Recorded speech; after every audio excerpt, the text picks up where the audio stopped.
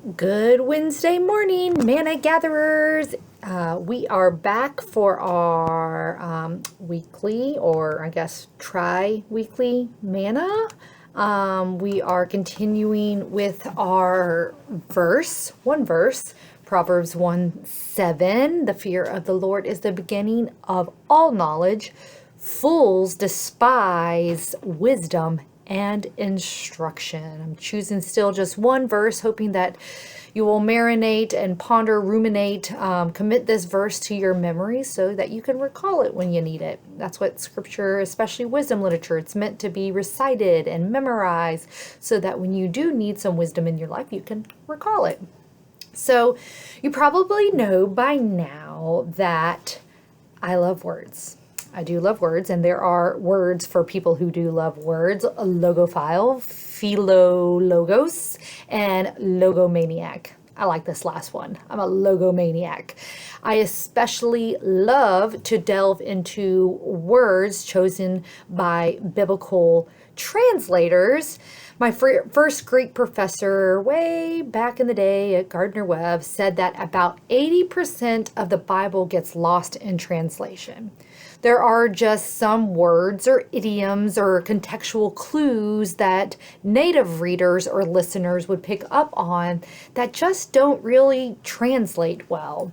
I hope that you picked up on that on Monday when we went over the meaning of fear.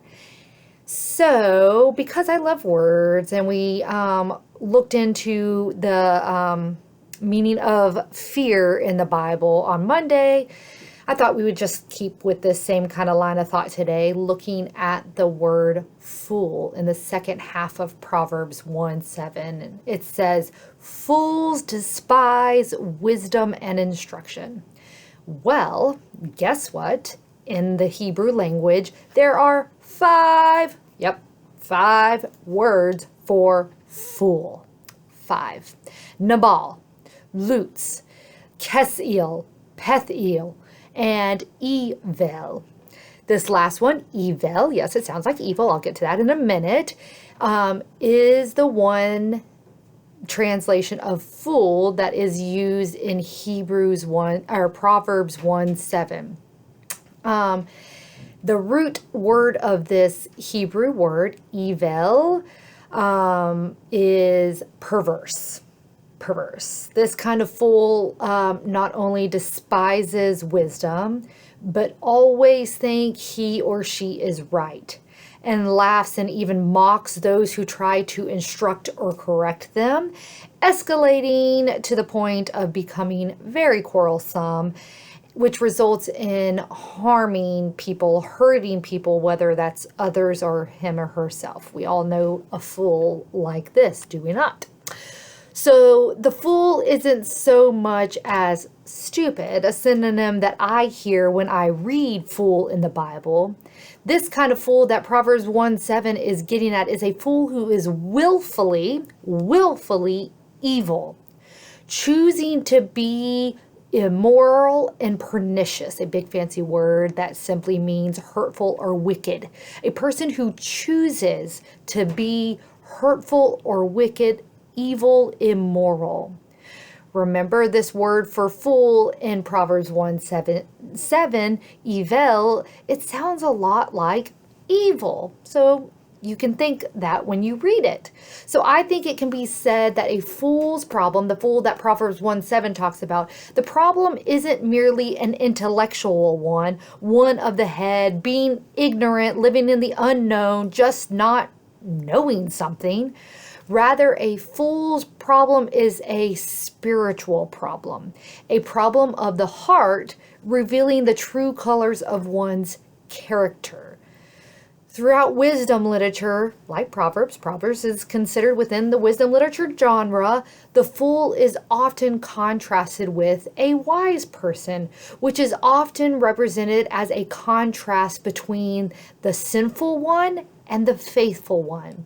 Again, more a spiritual disconnect, something going on wrong with the spirit and our connection with God and one another, rather than simply just not having all the lights on upstairs. So we can read the second half of Proverbs 1:7 like this. Evil people despise wisdom instruction. Think about that. And think about all the news in our world. That appears to be true. Evil people despise wisdom, which the first half of Proverbs 7 only comes from God, and instruction. Or we could read Proverbs 1:7 like this. Those who want to do harm to others, be intentionally hurtful to others, despise wisdom and instruction. Or we can go as far as to say the sinner despises wisdom and instruction.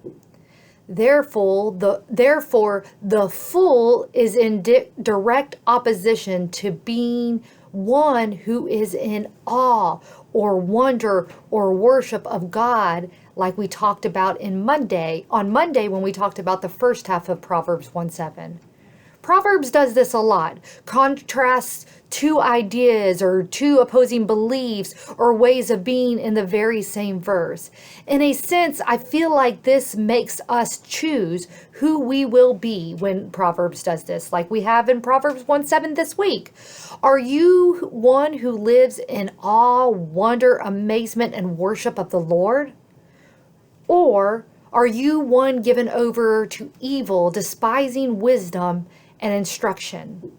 Are you with the Lord or are you against the Lord, to put it very succinctly?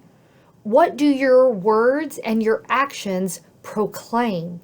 Are you with God or against God? John Wesley's 3 general rules make me think about all of this that we have talked about with Proverbs 1:7 so far. When we looked into the meaning of fear as being awe, wonder, worship, and now thinking about the word fool being one who is evil. John Wesley had 3 basic rules he lived by, and he encouraged the earliest Methodists to make the rule of their life too. And so, as their descendants, this should be the rules for our life too. 3 rules: do no harm, do good, and abide in God. However, I think we should say maybe abide in God first, because abiding in God should come first, because according to Proverbs 1:7, when we abide in God, we are able to choose to do no harm and do good. But that, again, is a choice up to you. A choice to abide in God and not the way of the fool. You can't really do both. The worship of the Lord is the beginning of all knowledge, says Proverbs 1:7. Evil people despise wisdom and instruction. I will see you on Friday, my friends, my manna gatherers. Bye.